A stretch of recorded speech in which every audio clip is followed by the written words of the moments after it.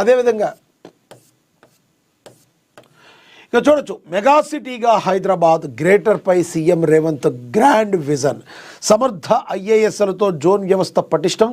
త్వరలోనే జిహెచ్ఎంసీకి కొత్త boss, senior ఐఏఎస్కు బాధ్యతలు. 2026లో ఎన్నికలు నిర్వహించాలని డిసైడ్. దేశంలోనే అతిపెద్ద నగరంగా హైదరాబాద్ మెగా సిటీ. సీఎం ఆదేశాలతో జోనల్ కమిషనర్లుగా బాధ్యతలు చేపట్టిన ఐఏఎస్లు. 12 జోన్లు, 60 సర్కిళ్లతో పబ్లిక్ చాలా హ్యాపీగా ఉన్నారని కూడా ప్రచురించారు. దేశంలోనే మెగా సిటీ 27 మున్సిపాలిటీలు జిహెచ్ఎంసీలో విలీనం చేయడంతో హైదరాబాద్ ఒక మెగా సిటీగా అవతరించిందని జిహెచ్ఎంసీ కమిషనర్ ఆర్వి కర్ణన్ తెలిపారు. ఈ విలీనంలో నగర విస్తీర్ణం గణనీయంగా పెరిగిందని ఆయన చెప్పారు. గతంలో 650 చదరపు కిలోమీటర్లుగా ఉన్న జిహెచ్ఎంసీ పరిధి ఇప్పుడు 2053 చదరపు కిలోమీటర్లకు విస్తరించిందన్నారు. విస్తరించిన పరిపాలన పరిధిని సమర్థవంతంగా నిర్వహించేందుకు రాష్ట్ర ప్రభుత్వం పలు కీలక నిర్ణయాలు తీసుకుందని కమిషనర్ వివరించారు.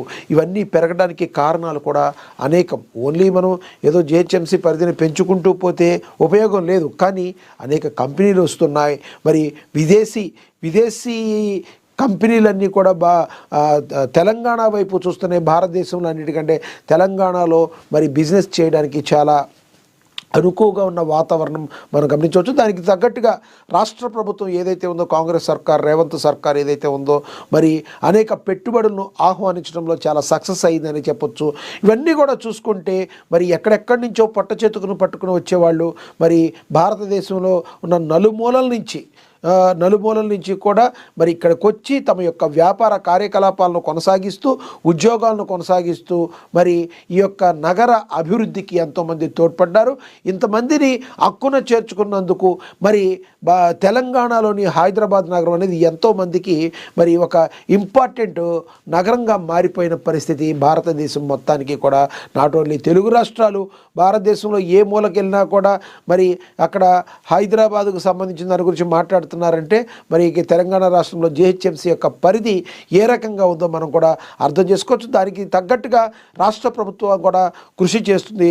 ప్రధానంగా ఇప్పుడున్న కాంగ్రెస్ ప్రభుత్వం అయితే మరి ఈ యొక్క జిహెచ్ఎంసీ పరిధిని పెంచడానికి మరి మరిన్ని మున్సిపాలిటీలను దానిలో కలిపి మరి జిహెచ్ఎంసీ పరిధిని మరింత విస్తృతంగా పెంచాయి.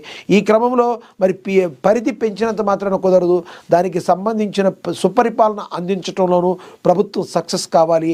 ఆ దశగా మరి ఎటువంటి లోటుపాట్లు రాకుండా ఆ జిహెచ్ఎంసీ పరిధిలో ఉన్న ఎక్కడ కూడా లోటుపాట్లని లేకుండా చూసుకోవాల్సిన బాధ్యత సంబంధిత అధికారుల మీద ఉంటుంది. అదే మనం ఇక్కడ అనుకోవచ్చు. 27 మున్సిపాలిటీలను జిహెచ్ఎంసీలో విలీనం చేయడంలో హైదరాబాద్ ఒక మెగా సిటీగా అవతరించిందని